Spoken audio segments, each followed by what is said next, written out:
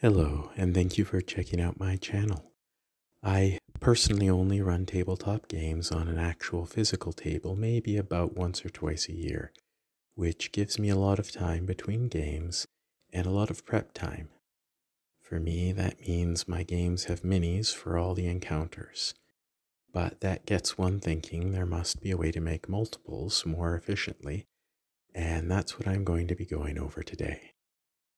So today, I'm going for something a little more streamlined than my usual sculpts. I'm going to make a very simple goblin that can then be easily molded and duplicated. Simple pose, bare basic sculpt. Let's get started. This is my typical, if simplified, way of making armatures. I'm using a single length of 28 gauge copper wire, about 30 centimeters of it. I bend it in half, pinching it at the center point. I twist it around itself from the pinch point back down the wire. This first twisted section will be the head, neck, and torso. I have two lengths forking out from the hips. I bend these back in at about 2 centimeters out. I do 3 centimeters of making a taller figure like a human. I wrap the two forked sections back around the torso and then twist them around themselves, giving me the leg portions. I figure out the length I want the legs and bend the legs at that point to make feet. The two ends go back up around the torso to shoulder level, then out, folded back in, wrapped around the torso or up to the head, and twisted to make arms. The one end wrapped up around the head gives the head a bit more size, and I can extend it off to either side for the extra big goblin ears.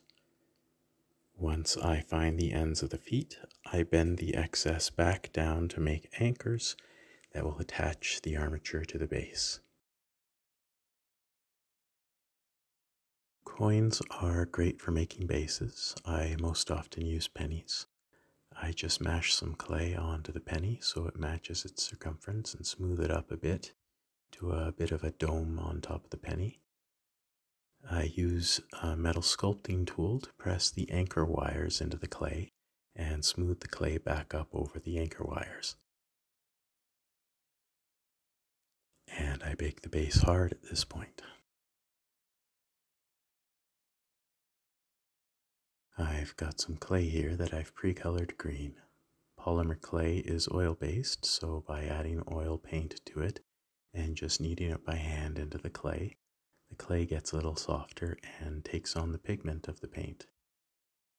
I'm not doing anything too fancy here, just getting clay on in a rough shape with a metal tool, then using a softer silicone tool to really smooth it out.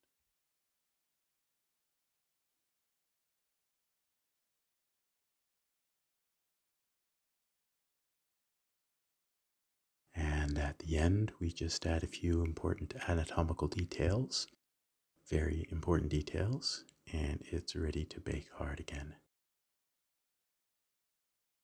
And again, I'm just roughing out the shape of the head with the metal tool and smoothing it out with the softer silicone tool. It can be real tricky to get the details on something this small, but we're not going for amazing detail again.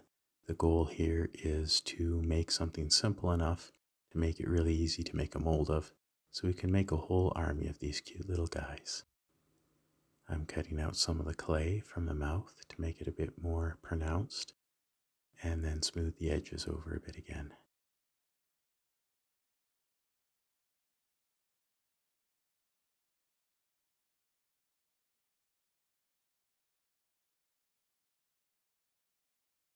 This armature really makes all the difference for adding these ears. Long pointy ears like this can be really challenging to add onto the side of a head without any supports like this. Another little cheat that I sometimes use for adding ears onto a figure is to just glue on little paper ears. Once the paint goes on, you can't really tell the difference anyways. The only detail I really want to add to this is to just gently scrape out the shape of the ear holes. And he's ready for another round of baking to get the ears and head hard as well. I don't really want the legs separate here, again because I'm going for just a really simple sculpt. So I'm making both legs as one lump together and just adding a crease down the middle.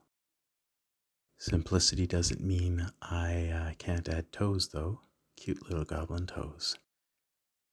I've had the arms wires out up until now to keep them out of the way to make the torso, but now I'm bringing those wires back in and making the arms so they're right up against the body. I don't know if the proportions are correct or if the arms are too long, but I've always imagined goblins as having proportionately longer arms than humans. Gotta smooth the arms all out too.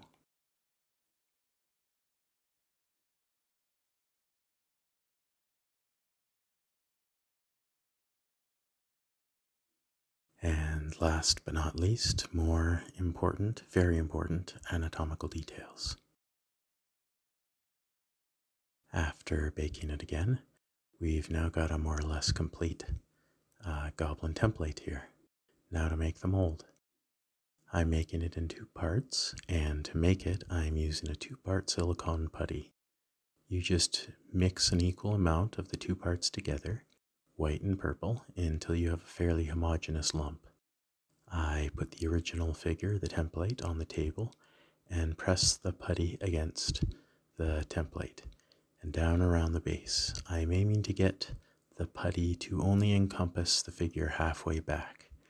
If I go too far and the putty goes around the figure in parts, then I'll have to press harder to get it out, twisting and bending the mold, and especially for something this small, that often ends up in breaking off bits.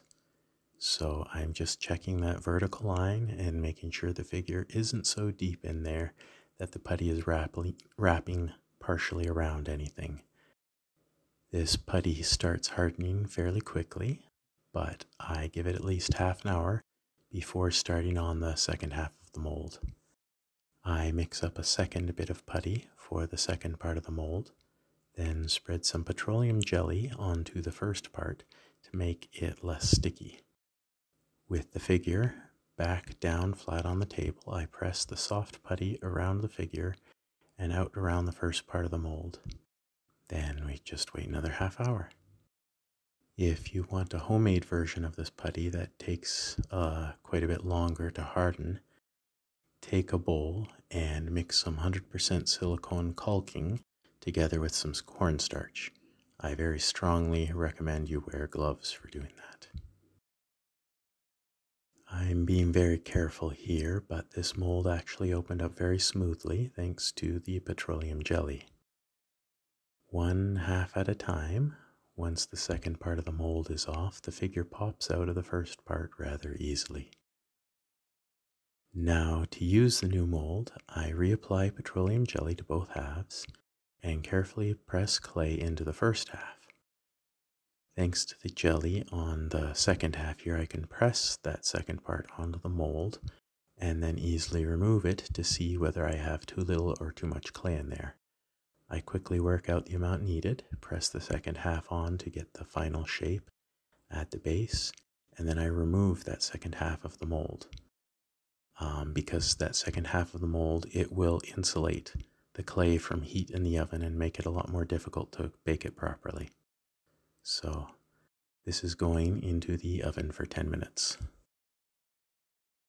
And here's the first clone out of the oven. I'm a little scared about removing it. The clay is very thin in some parts and has no armature reinforcing it. So I was really worried about how this would work out. Looks like there's a bit of a gap in the mold over the base, but I can clean that up with an X-Acto knife. There's a bit of extra clay from the seam all around, but it's really not that much, and again, easy to trim. And after a trim and a quick paint job, I soon have a lovely little goblin tribe. Thanks for watching. I hope you've enjoyed this video and will consider liking and subscribing, and maybe you found a little motivation to get crafty for your own tabletop games.